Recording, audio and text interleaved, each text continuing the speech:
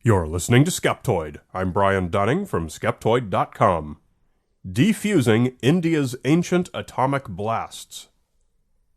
Today we're going to spin the globe around to India, to the eastern edge of the great Thar Desert, where sits the ancient city of Jodhpur. According to a popular story backed up by numerous articles online, indisputable evidence of an ancient nuclear war can be found throughout the region. Some of it sounds rock-solid and indisputable. Could it possibly be true that the ancients figured out atomic weapons 8 to 12,000 years ago? Today we're going to look at that evidence and see just how plausible this story might be. To summarize the most popular version of the tale, a short distance west of Jodhpur is a region where radioactivity is so great that residents have long had high rates of cancer and birth defects, and that has now been cordoned off by the government. In addition, an ancient city has been excavated that shows 500,000 people were killed by an atomic blast, the size of the Hiroshima bomb. Archaeologist Francis Taylor is quoted as having said, "It's so mind-boggling to imagine that some civilization had nuclear technology before we did. The radioactive ash adds credibility to the ancient Indian records that describe atomic warfare." The ancient records she's referring to are from a great Sanskrit epic of ancient India titled the Mahabharata. It appears to describe a nuclear war. "A single projectile charged with all the power in the universe, an incandescent column of smoke and flame as bright as 10,000 suns, rose in all its splendor. It was an unknown weapon, an iron thunderbolt, a gigantic messenger of death which reduced to ashes an entire race. The corpses were so burned as to be unrecognizable. Their hair and nails fell out, pottery broke without any apparent cause, and the birds turned white. After a few hours, all foodstuffs were infected. To escape from this fire, the soldiers threw themselves into the river." This quote is discussed by an Indian historian, Kesari Mohan Ganguly, who says, "Indian sacred writings are full of such descriptions, which sound like an atomic blast as experienced in Hiroshima and Nagasaki. The passage tells of combat where explosions of final weapons decimate entire armies, causing crowds of warriors with steeds and elephants and weapons to be carried away as if they were dry leaves of trees." But the evidence doesn't stop there. According to the online articles, near Bombay is said to be a giant crater, unexplainable except as the result of a huge thermonuclear detonation. It's called Lonar Crater, and it's actually there, and it's, for real, definitely not volcanic. Another piece of evidence is a pair of excavated ancient cities at Mohenjo-Daro and Harappa, with skeletons that are scattered about the cities, many holding hands and sprawling in the streets as if some instant horrible doom had taken place. People were just lying unburied in the streets of the city.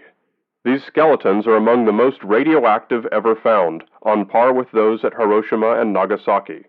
At one site, Soviet scholars found a skeleton which had a radioactive level 50 times greater than normal. With so much evidence, the story seems to be hard to dismiss.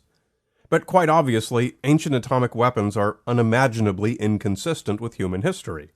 A huge number of skills are required to make them that did not exist, as well as a lot of physics knowledge, known to be totally incompatible with primitive knowledge the ancient Indians recorded. Clearly, something must be amiss. I began by trying to learn more about these archaeological discoveries at Mohenjo-Daro and Harappa. Sadly, for the legend, there is nothing remotely like this story in any archaeological publications. Archaeological information about the excavations of Mohenjo-Daro, Harappa, and other Indus Valley sites is widely available online and in print, and there's simply no such thing as radioactive skeletons, or skeletons in large numbers, or holding hands, or sprawled in any way that the archaeologists saw reason to print. The next easiest thing to check would be those quotes from the Mahabharata. At a minimum, I wanted to see the context of those passages. I went to an online searchable Mahabharata to look for those quotes, and couldn't find them. Couldn't find anything even vaguely like them. Could it be possible that whoever originated this tale made up its primary source? Well, let's set that possibility aside for a moment and see what we can verify about the rest of the story. How about the residual radioactivity west of Jodhpur? There's one little fact that casts some pretty grave doubt on the claim that Jodhpur is in a zone with dangerously high radiation. The story says we detect that radiation today and suffer high birth defects and cancer, left over from this nuclear war 8 to 12,000 years ago. Radioactivity goes down over time, so if it's that lethal today, it would have been even more lethal 550 years ago when the city of Jodhpur was founded. It would seem a poor choice to locate a new city. However, Jodhpur was founded and has flourished ever since. Furthermore, the vast majority of radioactive isotopes produced in a nuclear blast have extremely short half-lives measured in seconds, hours, or days, and are reduced to safe levels very quickly. Those that pose the greatest threat to human health are cesium-137 and strontium-90, which have half-lives of 30 and 28 years. So even these would have been reduced to well below the natural background level thousands of years ago. Other long-lived isotopes are produced by nuclear explosions, but at much lower amounts. Note that despite the atomic destructions of Hiroshima and Nagasaki, no harmful radiation persists today in either city. Put together all the radiation data, and we know for a fact, with no doubt, that any claims of modern radiation in India proving a prehistoric nuclear war are false. So we have good reason to regard the entire story with great skepticism. For example, the idea of an ancient city with 500,000 people west of Jodhpur. Not very likely. There are no ancient cities anywhere in the region west of Jodhpur. It's the Thar Desert, and 500,000 people would be immense and pretty hard for archaeology to miss. This part of the story has to be either dead wrong or made up. But even that's not the only part of the geography that doesn't make sense. If this was a nuclear war, it was practically a nationwide theater. Mohenjo-Daro and Harappa are both about 500 kilometers from Jodhpur, one to the north and one to the west. None of these places are anywhere near each other. So how about this giant unexplained crater near Bombay? Lonar Crater, which is some 775 kilometers southeast of Jodhpur, even farther away, is indeed a real crater. Rim to rim, it measures about 1.8 kilometers.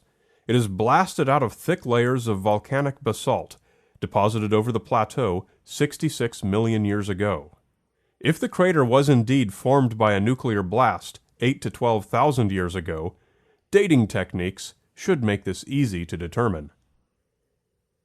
For a long time, the accepted age of Lonar Crater was 52,000 years, far too old to have been part of this alleged nuclear war.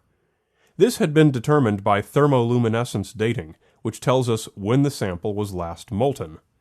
But two newer measurements using argon-argon radiometric dating instead found older dates of 570,000 years and 656,000 years, with non-overlapping margins of error. These older dates are also more in line with the amount of erosion the crater exhibits. Which one is right? Well, we don't know for sure yet, as only a few samples have been dated. But we can say for sure that nothing at Lonar Crater can support a date as recent as 8 to 12,000 years ago. Wherever the authors of these ancient nuclear war articles got that number, it certainly didn't come from anyone studying the geology. The mineralogy and ejecta blanket evidence also proves a hypervelocity impact origin, not a bomb crater or volcano or anything else. It was a hypervelocity strike of either a meteor or a comet. There are no mysteries at Lonar Crater, and nothing there that could be shoehorned into consistency with a nuclear bomb.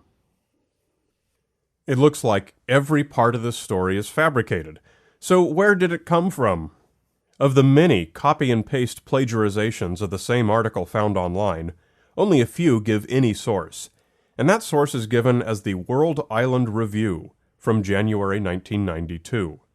There is no record of such a publication.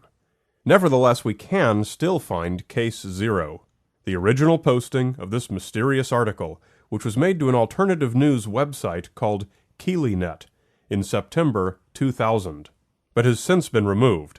Luckily, it's been archived to the conspiracy theory website Rense.com, where you can read the original article without the later enhancements added by imaginative internet denizens. One skeptical researcher tracked down the archaeologist mentioned in the article, Francis Taylor, and found that no such person has ever published anything in the archaeological literature. The other person mentioned in the article was the, quote, historian Kesari Mohan Ganguly. It turns out that the Mahabharata was translated into English in the late 1800s by a Babu Kesari Mohan Ganguly. Nowhere is it recorded that he made any of the comments attributed to him, and it seems highly unlikely that he would have compared the mythical events to an atomic blast, as he lived long before they were invented. The story of the ancient Indian atomic blasts was written by an anonymous author who gave a false attribution, and provably made up quotes and the people he quoted. This is consistent with only one kind of writing, fictional. Consider this quote that the original article attributed to Ganguly. Crowds of warriors with steeds and elephants and weapons to be carried away as if they were dry leaves. Sound familiar? Think back to the 1991 film Terminator 2: Judgment Day. Children look like burnt paper. Black. Not moving. And then the blast wave hits them. And they fly apart like leaves. I think someone was inspired to write some nuclear war fiction. Of course, there's no way to know for a fact if this line of dialogue was inspirational to our unknown author. It's probably not the only time someone has used the leaves metaphor in this way, but it also wouldn't be the first time a movie inspired an urban legend. We've talked about at least two other cases here on Skeptoid. Episode 385 on the disappearance of Frederick Valentich, and episode 526 on sky trumpets. On the upside, it makes the internet lore a bit more colorful, and on the downside, it spreads misinformation that innocent readers take for truth. To all future internet hoaxers, please keep it classy. Write a good story, but please don't create a landmine of bad information. The internet is a dangerous enough place as it is. Make sure you're getting the Skeptoid companion email along with each episode each week. Otherwise, you're only getting half the show. Just log into your free account at skeptoid.com/members. And signing up for the companion email is just one of the many fun, groovy things you can do there. You're listening to Skeptoid, a listener-supported program. I'm Brian Dunning from Skeptoid.com.